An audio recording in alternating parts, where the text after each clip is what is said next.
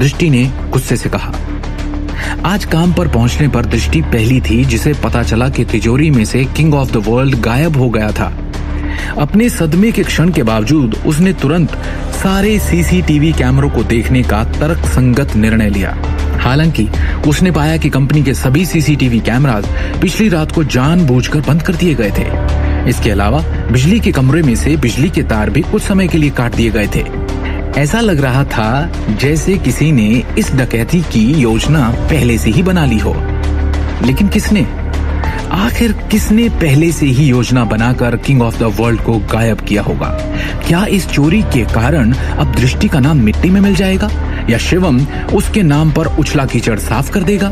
क्या शिवम पता लगा पाएगा कि ये चोरी किसने की? वैसे देखा जाए तो मूल रूप से इस मामले को संभालने के लिए थाने में रिपोर्ट की जानी चाहिए थी। ये कोई छोटा मोटा मामला नहीं था। नारंग एम्पायर के टावर, जहां की सिक्योरिटी सबसे ज्यादा टाइट मानी जाती है और जहां एक परिंदे का भी पर मार पाना मुश्किल है, वहां से लाखों का finished jewellery product king of the world चोरी हो गया। कंपनी के प्रबंधन के सदस्यों, विशेष रूप से तान्या नारंग और करण नारंग ने दृढ़ता से अनुरोध किया था कि निदेशक मंडल पुलिस को इसे संभालने के लिए बुलाए। हालांकि चेयरमैन विक्रम टोकस ने किसी को भी ऐसा करने से रोक दिया था। उन्होंने दावा किया कि उन्हें इसे सार्वजनिक रूप से प्रचारित नहीं करना चाहिए और अस्थायी रूप से कंपनी के भीतर आंतरिक जांच करनी चाहिए। आखिरकार दृष्टि नारंग इस मामले में सबसे ज्यादा इन्वॉल्व थी और उस प्रोडक्ट की मेन प्रबंधक भी। जितना बड़ा हंगामा होगा, उसकी प्रतिष्ठा उतनी ही खराब होगी। अगर परियोजना के साथ ऐसा कुछ हुआ जिसकी इंचार्ज दृष्टि नारंग थी, तो अध्यक्ष विक्रम में भी हिम्मत नहीं थी कि वो स्थिति की जिम्मेदारी ले लें। मुख्य निदेशक दृष्टि नारंग वास्तव में प्रभावशाली हैं। क्या वो हम पर दबाव बनाने के लिए अपनी स्थिति का उपयोग करने की कोशिश कर रही है? करण ने अजीब स्वर में कहा, लेकिन उसका चेहरा गर्व से भरा था। दृष्टि नारंग, तुम कंपनी में अपनी वर्तमान स्थिति को बेहतर ढंग से समझती हो। करण ने हंसते हुए कहा, तुम केवल एक एक्टिंग मुख्य डिजाइन अधिकारी हो। King of the world project की दुनिया को सफलतापूर्वक पूरा करने और गहनों की प्रदर्शनी से गुजरने के बाद ही तुम उस स्थिति को मजबूती से प्राप्त कर सकती हो।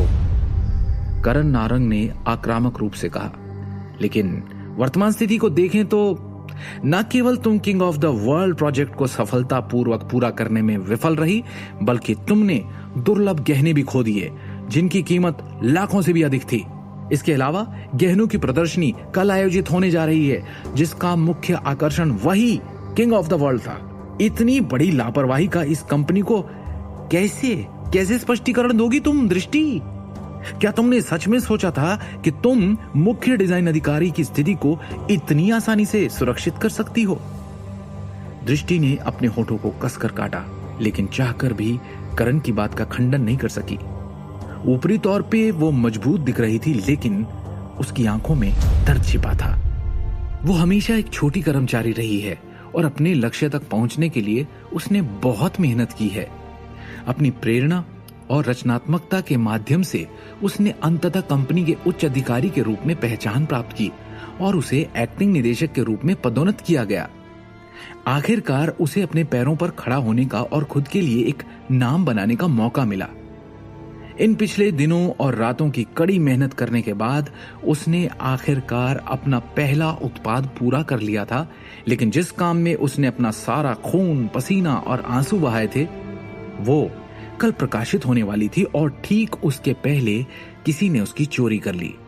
अंत में कंपनी के अन्य अधिकारियों द्वारा उसकी आलोचना भी की गई और उस पर झूठा आरोप भी लगाया गया। उसके दिल में इस तरह की पीड़ा को बता पाना नामुमकिन था।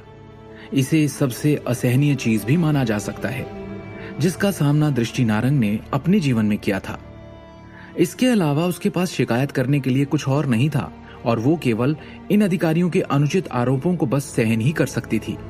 दृष्टि, मुझे ऐसा क्यों लग रहा है कि शायद वो तुम ही थी जिसने पिछले साल गुप्त रूप से कुछ सामग्रियों को काट दिया और अनुसंधान और विकास परियोजना के दौरान घटिया उत्पाद बनाने लगे थे। और तुम्हारा असली चेहरा तो अब सबके सामने है। सब देख सकते हैं कि कैसे तुम्हारा इस मामले में कोई भी किसी प्रकार की जिम्मेदारी लेने का इरादा नहीं रखता।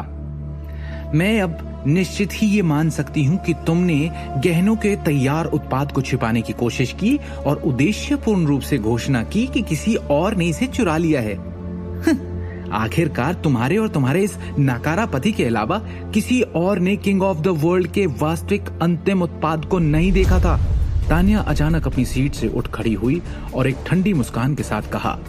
ऐसा लग रहा था कि वो जंगली अनुमान लगाने में शामिल होना चाहती थी और उसने अपने इरादों को छिपाने की कोशिश भी नहीं की। अपनी बकवास बंद करो तान्या। मैंने अपने काम के लिए एक बार भी कोई कोना नहीं काटा है। गहनों का एक टुकड़ा भी पूर्णता के साथ बनाया गया था, दृष्टि ने गुस्से में कहा। वो कंपनी के प्रबंधन से संदेह और आलोचना सहन कर सकती थी, लेकिन वो एक ऐसे व्यक्ति के रूप में जिसने सबसे अच्छे गहने डिजाइन करने का प्रयास किया, अपने काम का अपमान नहीं सहन कर सकी। कितनी मजेदार बात है, तान्या ने मजाक करना जारी रखा। तुम अभी भी ये दावा करने की हिम्मत रखती हो कि तुम्हारी रचनाएं परिपूर्ण हैं। तुम्हें अभी भी ये सोचना चाहिए कि तुम्हारी रचनाएं मेरी जितनी अच्छी नहीं है ना? क्या इस चोरी के कारण अब दृष्टि का नाम मिट्टी में मिल जाएगा या शिवम उसके नाम पर उछला कीचड़ साफ कर देगा? क्या शिवम पता लगा पाएगा कि ये चोरी किसने की और दृष्टि के सपने को वापस पूरा करने में उसकी मदद कर पाएगा, या दृष्टि का ये सपना हमेशा हमेशा के लिए टूट जाएगा? आगे की कहानी जानने के लिए देखिए अगला एपिसोड सिर्फ पॉकेट एफएम के यूट्यूब चैनल पर और शिवम द हिडन वॉरियर के सारे एपिसोड्स को सुनने के लिए डिस्क्रिप्शन में दी लिंक से डाउनलोड करें पॉकेट एफएम ऐप।